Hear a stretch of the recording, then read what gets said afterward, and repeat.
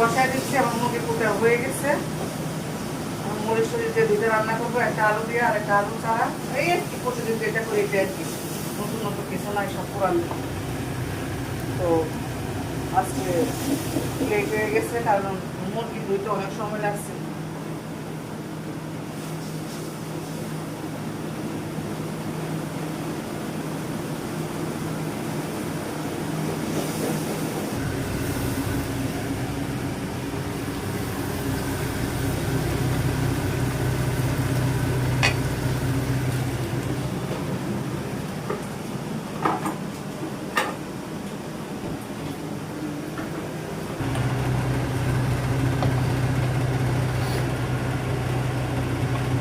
মুরগিটা একটু কষাইতে দিয়ে রাখি, কষানো হোক।